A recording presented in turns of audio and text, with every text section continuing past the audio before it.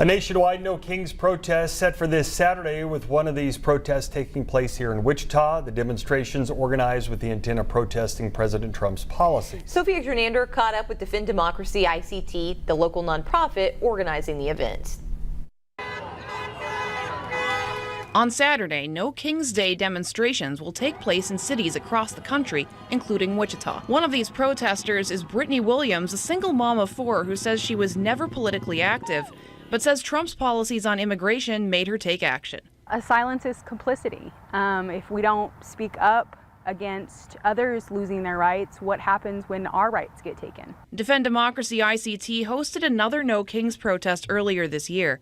They say their protests are peaceful and that they draw people of all different backgrounds. We had a 93-year-old lifelong Republican out here, and we had an 18-year-old who just registered to vote. Senator Roger Marshall spoke last week saying these No Kings protests are paid for by philanthropist George Soros. This will be a Soros paid-for protest where his professional protesters show up, the agitators show up. We'll have to get the National Guard out. Democracy ICT says that isn't true.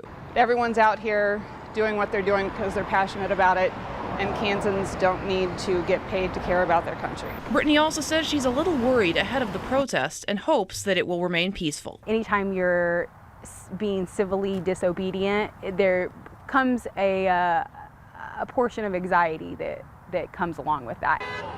In Wichita, Sophia Jernander, 12 News.